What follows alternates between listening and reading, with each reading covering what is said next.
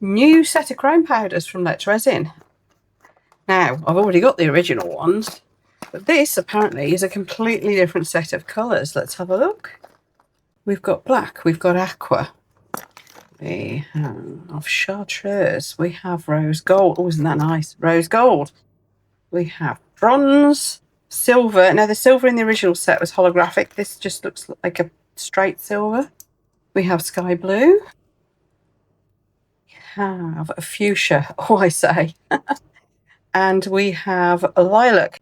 And we have copper. Now, I have had these out of the box and had a little play with them, and I've just got to show you, because these things are just beautiful. Right. Like any chameleon powder or chrome powder or any of those sort of things, you brush them onto the mould. And I thought if we had these little owl moulds, they're very shiny and they would be a good thing to show you on. So I'm going to put the colours in each. We'll have a look at them in the mould, and then we'll, of course, do our usual, put some black resin behind it. So this is a silver one. I'm quite excited by these. That's what I want to show you. I mean, I like anything shiny. They send you this little brush with it as well, by the way. You can use any little makeup brush, eyeshadow brushes, that sort of thing. Some people use the little sponge eyeshadow applicators. Those work too. But either way, you burnish it really well onto the mould. Of course, you can use several colours in one. You can mix them up.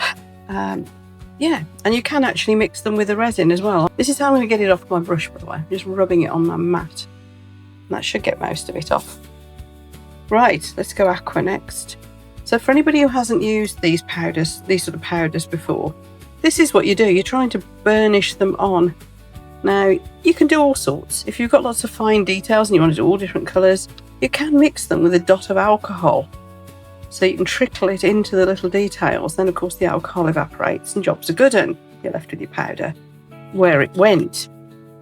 And so that works really well. You can also mix them in with your actual resin. You can blend them. This one's the one called Sky Blue. You only need a little bit. It goes quite a long way. I'm probably using too much, actually. Make sure you get up around the sides. If you've got a shiny mould, they'll come out shiny. If you're using like a matte finish mould, you'll get a matte finish. You can't do a lot about that. Although you could, of course, varnish it afterwards, because then you'll bring the shine back up. So let's try this chartreuse one. It's like a greenish gold. Now, of course, I have got a little bit of the blue left on the brush, but not a lot. We shouldn't see that. Now, if you put different colour backgrounds behind powders of this sort, you're doing this sort of thing with, you can very often get different effects, but I find the most dramatic effect, because these are quite opaque, so whatever you put behind it, you're not going to see hugely. But to get the most dramatic effect, we tend to just put black. So I will grab some black pigment in a moment, and we'll put black behind these. So where are we going next? Let's go what's this one called? Lilac. To me, it's more of a pinky lilac-y pink. Nice, eh? Try to make sure I get up into all the corners. And yeah, if you're doing different colours, don't forget that what you will see is the layer that has actually touched the silicone, because we're working backwards, aren't we? So whatever you put on first, that's what we're going to see. So if you want to use different colours, you've got to leave areas empty. You can't really just build them up. I hope that's making some sort of sense for you. Equally, if you want to see whatever you're doing with the resin, the black or whatever, through it, you'll need to leave gaps. Now, it won't just sit on the surface of the resin either. It will actually kind of fuses into the surface, so you won't be able to scratch this stuff off, which is kind of amazing, isn't it? Let's try the rose gold next.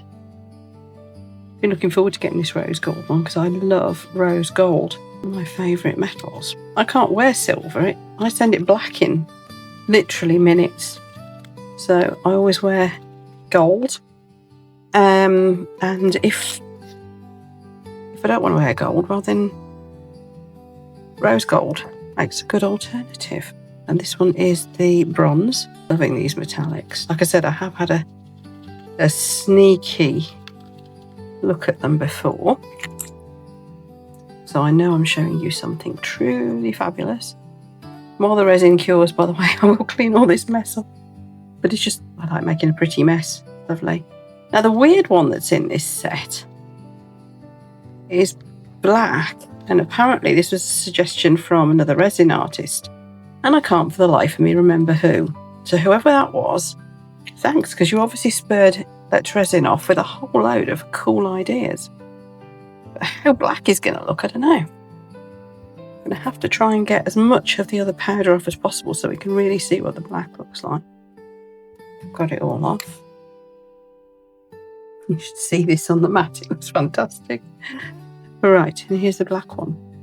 So I thought this would just be a normal, basically a black mica powder.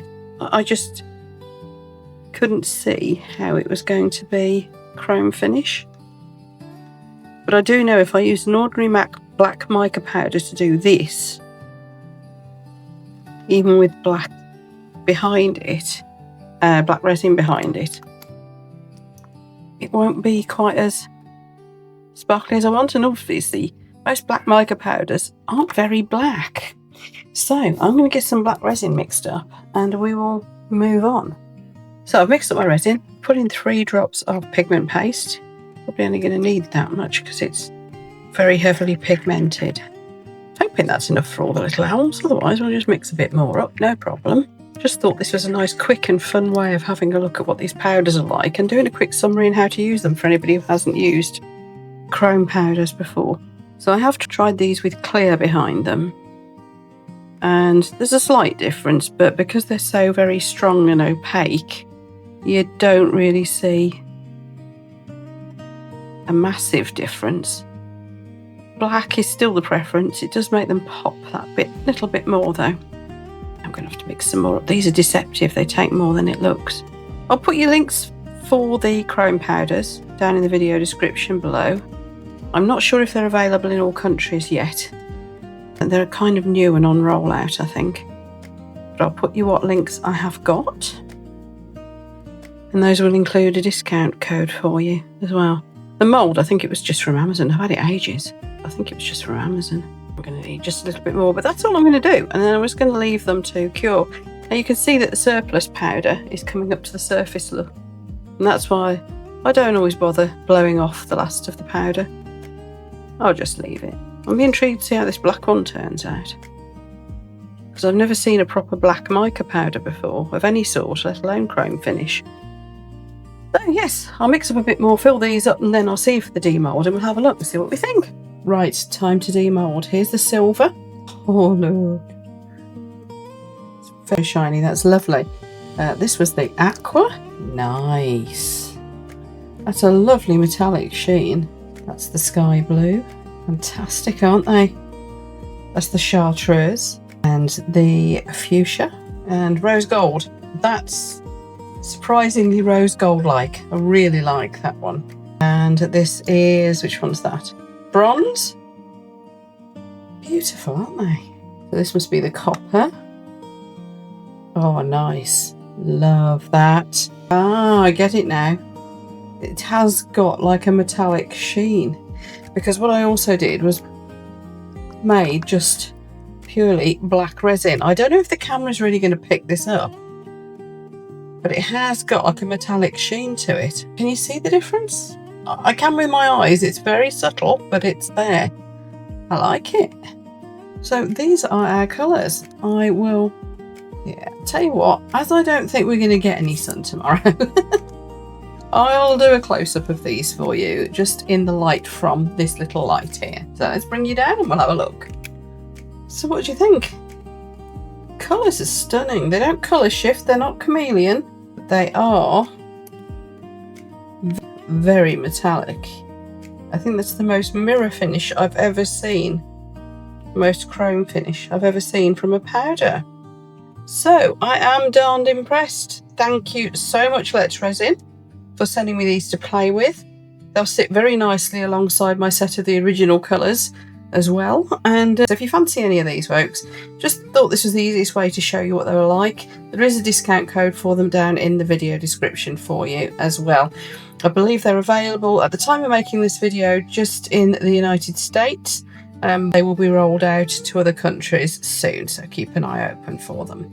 Take care, everyone, and if you found this video helpful, you know what to do. There's a whole load of things down here you can click, and I'd love that. Thank you. Most of them don't cost anything either. Thanks very much. I'll see you for the next one.